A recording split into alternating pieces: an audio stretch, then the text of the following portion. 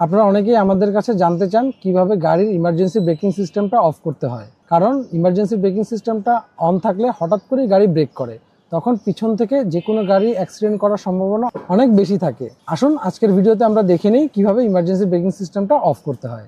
গাড়ির emergency break of করার জন্য আমাদের স্টিয়ারিং এর বাম পাশে যে মেনু কন্ট্রোল বাটন আছে সেখান থেকে আমাদের প্রেস করে গাড়ির সেটিংসে যেতে হবে। আপনারা যখন বাটনটি প্রেস করবেন তখন দেখতে পারবেন যে আপনার স্পিডোমিটারে সেটিংস অপশনটা এসেছে। তখন সেখানে আপনারা সেটিংস অপশনের মধ্যে ঢুকে দেখবেন যে উপরে এলটিএ তারপরে পিসিএস আছে, পিসিএসটা অন থাকবে, এটাকে আপনাদের অফ করে দিতে হবে। তারপরে স্ক্রল করে নিচে নামার পরে আপনারা দেখতে পারবেন আরেকটা অপশন আছে পিকেএসবি, এটা হচ্ছে পার্কিং অ্যাসিস্ট্যান্ট।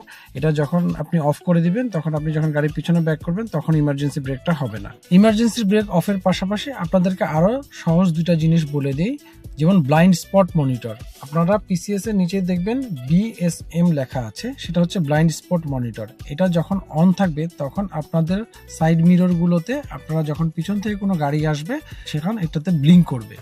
তার মানে আপনার ব্লাইন্ড স্পট মনিটর অন থাকলে আপনি গাড়ি চালানো অবস্থায় আপনার লুকিং মিররে পিছন থেকে কোনো গাড়ি আসতে থাকলে বুঝতে পারবেন। জ্যামে বসে থাকলে আপনাদের পার্কিং সেন্সর যদি অন থাকে তখন গাড়ির মধ্যে টুট টুট শব্দ করে, এটা অনেক সময় বিরক্তির কারণ হয়ে দাঁড়ায়। অনেকেই সেই জন্য পার্কিং সেন্সর অফ করতে চায়। সো আপনারা পিসিএস বিএসএম এর ঠিক নিচেই পার্কিং সেন্সর অপশনটা দেখতে পারবেন। এটা যদি অন থাকে তাহলে আপনারা অফ করে দিতে পারেন। যদি আপনাদের পার্কিং সেন্সরের এই নয়েজটা যদি আপনাদের ইরিটেশনের কারণ হয় তাহলে আপনারা এখান থেকে সেটা বন্ধ করে দিতে পারেন।